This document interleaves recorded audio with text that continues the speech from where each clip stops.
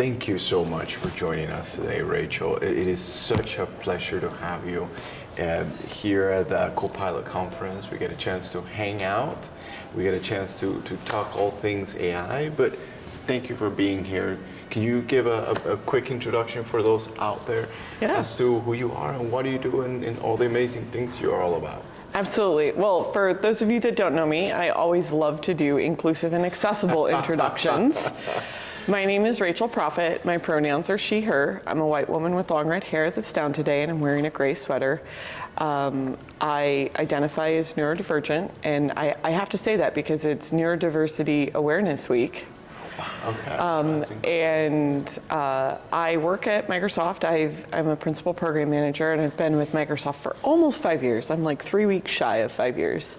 Congratulations. Yeah, thank you. It's been a wonderful, life-changing roller coaster that I love. And I have been doing this Dynamics 365 thing for, we'll just go with more than 20 years. How about that? Yeah, that sounds great. Yeah. Yeah, so at Microsoft, I lead our Business Process Excellence Initiative, which is a pretty new program that is really focused on helping partners and customers drive implementations that are process focused and doing all the right things and following our success by design approach. And we have a pretty lofty goal of trying to make all implementations go at least 25% faster. Oh, that's incredible. Yeah.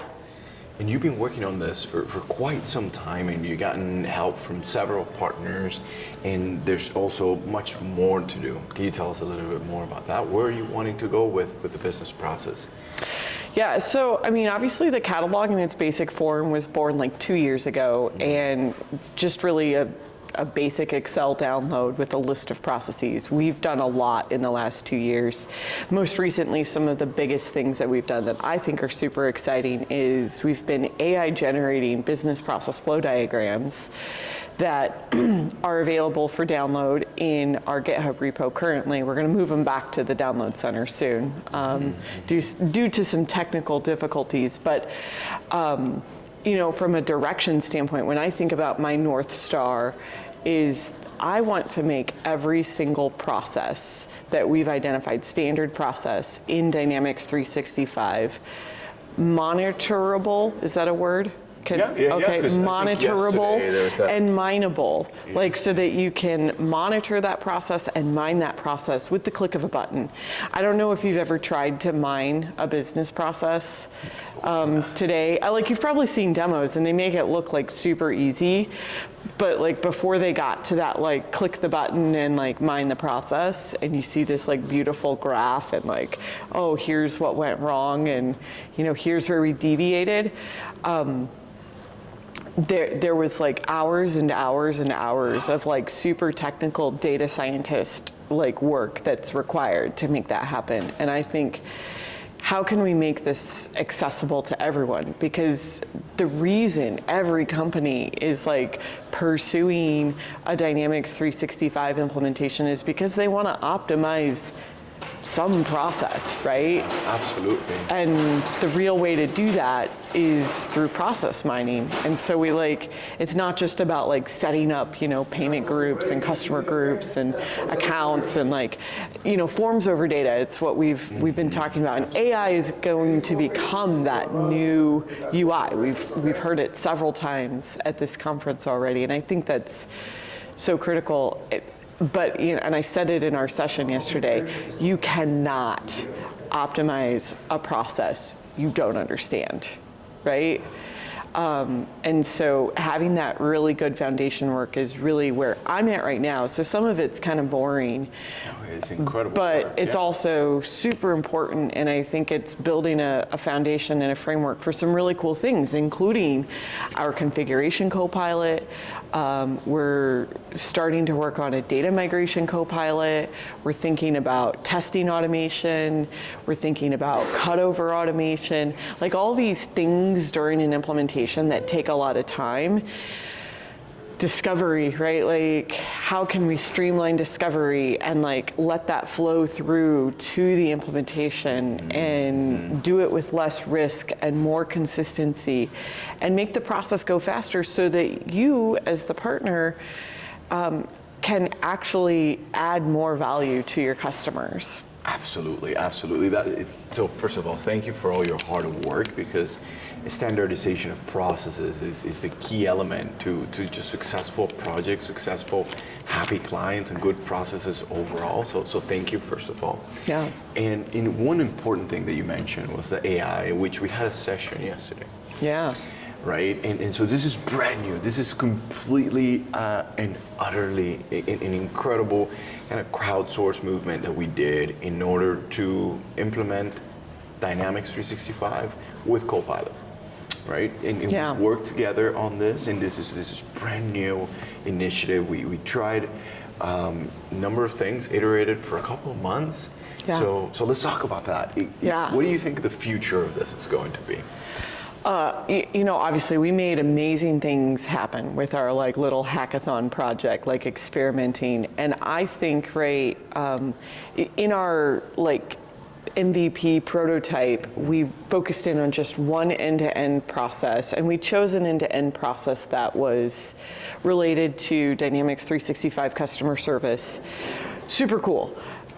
But I think my vision is way, way bigger than this. Like, and I think we can expand this to work across all of the Dynamics 365 products and all 15 of our end-to-end processes.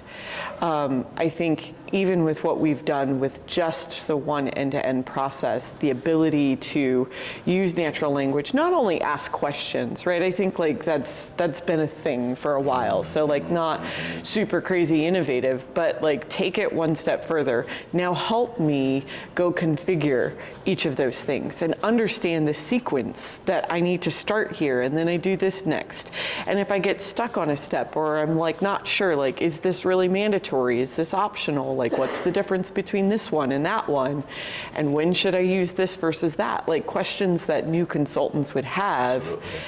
I think like it hopefully tells a story that's gonna like make skilling better. Like skilling has been a problem in our channel for some time. It feels like centuries. Yeah.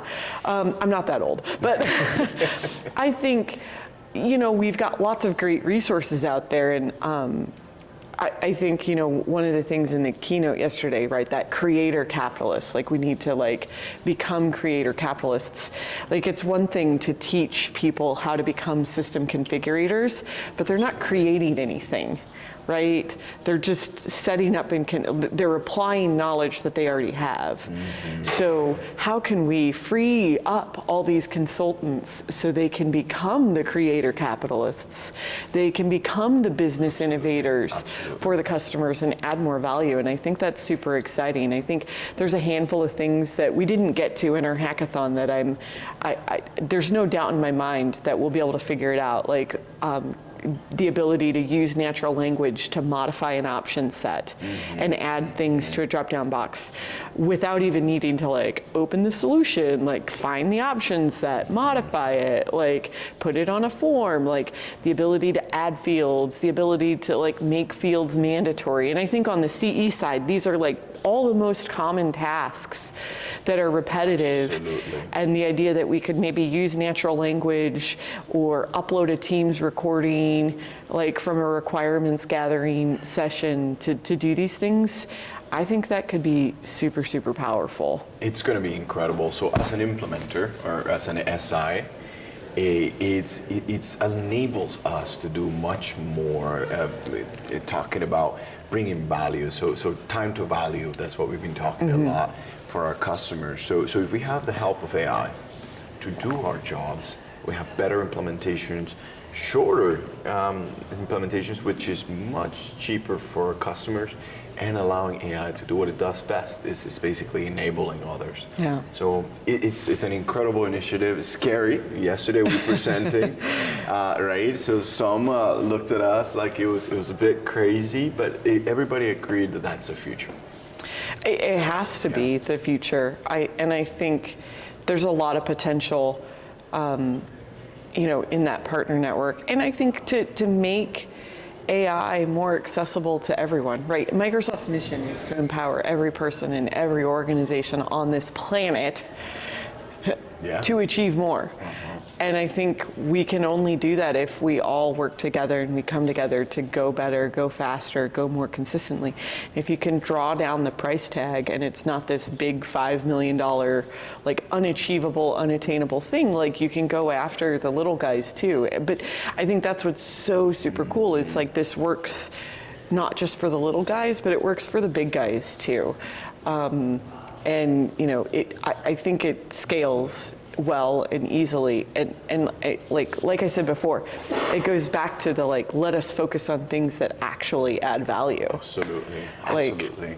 We had this conversation with Mr. Smith or Ray Smith yesterday. Yeah. Right, and explaining that co-pilot, and he was mentioning Agent Smith. And that's right, Agent Smith.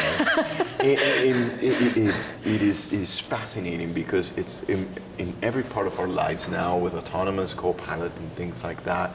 It's just going to make our jobs easier as implementers, but it's going to create more value for everyone. So, Rachel, it was so incredible presenting with you yet again.